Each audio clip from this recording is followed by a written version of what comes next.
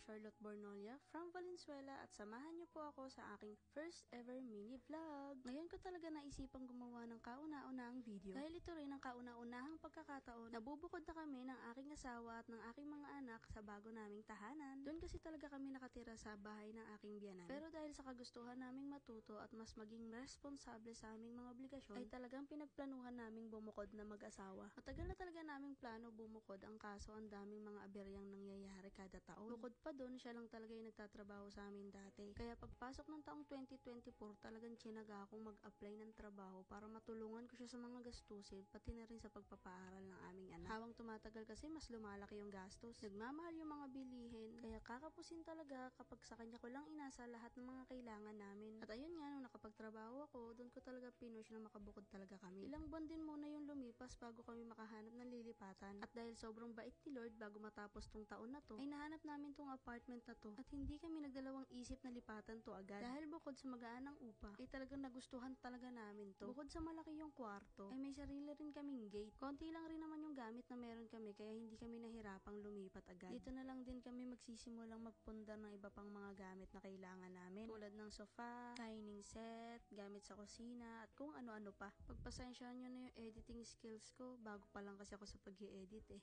Hindi pala talaga madali ito, no? Nauubusan na ako ng sasabihin eh. Kung familiar kayo kay Mami Kay at kay Mami Rodeline, ay sinasabi ko talaga sa'yo, sila ang dahilan kung bakit ako nagvi-video ngayon. Isa ako sa mga fan talaga nila. Sabihan nyo na akong gaya-gaya, pero talagang ginagaya ko talaga sila eh. Hi Mami Rodeline, hi Mami Kay. Pero ang pinakaseryosong dahilan kaya ako nagsimulang mag-video ay sa kagustuhan ko na magkaroon ng memories sa journey namin na to. Bukod dun, simula high school ako, mahilig na talaga ako mag-video eh. Naisipan ko rin pakinabangan namin ngayon. Ilang oras na rin kami nagliligpit ng asawa ko dyan. Sa totoo lang, nararamdaman ko na rin yung pagod. Galing pa kasi ako sa trabaho nung naisipan na naming maghakot. Kaya talaga masasabi ko wala pa akong pahinga. Kaya yung ibang gamit, naisipan ko munang ilagay sa ilalim ng lababo at kinabukasan ko na lang itutuloy ulit yung pagliligpit. Kita nyo naman, pati yung asawa ko pagod na. Nakakapagod pero ramdam namin yung saya dahil nakabukod na talaga kami. Binibilisan ko na lang talaga yung pagliligpit ko dahil talagang nararamdaman ko na yung pagod pati yung antok. Mabuti na lang talaga at hindi muna namin sinama yung mga bata sa paglilipat namin. Napakakulit at sobrang likot pa naman ng dalawa na yun. Kaya panigurado mas matatagalan kami sa pagliligpit namin. Iniwanan muna namin sila sa bahay ng mama ko at saka na nga lang namin susunduin kapag tapos na talaga lahat ng ligpitin dito sa bagong bahay. Pagkatapos ko malinis yung sa labas, sa sala at sa kusina, sinunod ko na tong kwarto. Nagpalit ako ng bedsheet at nagpalit na rin ako ng punda ng mga unan. At pagkatapos no, nagpahinga ako saglit tsaka na ako naligo para mas masarap at mapresko ang pahinga ko dahil kinabukasan may pasok pa ako. At sa wakas, eto na nga, natapos na kami sa aming pagliligpit. At sa susunod ko na nga tatapusin yung iba pang mga gamit na hindi ko pa naaayos.